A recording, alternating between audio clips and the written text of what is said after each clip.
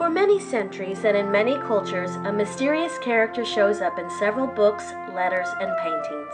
This character did the most peculiar things and gave away money to people. In ancient Rome, they referred to him as DOMINUS BESTIA, which is Latin for Mr. Beast. The first story of Mr. Beast shows up in the year 67 AD. According to the legend, he gave a speech on the side of a mountain. Great crowds followed him. His speech was very uncommon. It only contained the words, St. Paul, St. Paul, St. Paul. St. Paul, St. Paul, St. Paul, St. Paul, St. Paul, St. Paul, St. Paul, St. Paul, St. Paul, St. Paul. It had a great impact on his disciples, who said that he said it 100,000 times. St. Paul, St. Paul, St. Paul. According to an old Mexican legend, a man with the name Señor Bestia showed up at a small village to fill an entire swimming pool with cherry tomatoes. After that, he left. This story even inspired the Dutch artist Vincent van Gogh. As you may know, Van Gogh didn't use a lot of red in his paintings, but for this painting, he even made his own paint from red poisonous berries. Unfortunately, he accidentally licked his fingers. The poison affected his nervous system, including his brain. It literally drove him so insane that he chopped off an ear. The British professor Stephen Cathedral believes that the tales of Robin Hood are based on the story of Mr. Beast. He could be right. Both legends have in common that the heroic characters give money to the poor. Mr. Beast gave money to the poor, just like Robin Hood. There is one difference. Mr. Beast didn't steal from the rich. He asked local inns, bakeries, and other companies for money to sponsor his good deeds.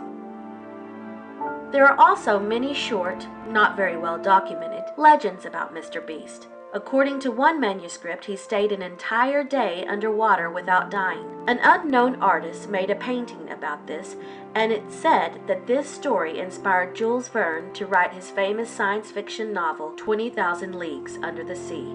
Another legend came from an anonymous diary. It said he bought everything in a store. The most recent story of people who encountered Mr. Beast is from the 1800s. Several people wanted to buy a horse and carriage in a town in North Carolina. The seller, a gentleman who introduced himself as Mr. Beast, sold them for 1 penny each.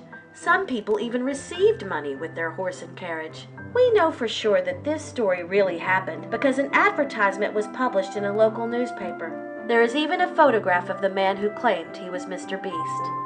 According to the Belgium Urbanus research platform, even the St. Nicholas legend is based on the story of Mr. Beast. St. Nicholas, who became the model for Santa Claus, left oranges for the poor. Mr. Beast did this with cherry tomatoes. St. Nicholas, or Santa Claus, gives away presents. Mr. Beast did this as well. In one of the St. Nicholas traditions, St. Nick has a helper, a devil-like character named Krampus, who looks like a beast. And Santa Claus is also not alone. He has reindeer, and a reindeer is a beast. And what word is close to beast?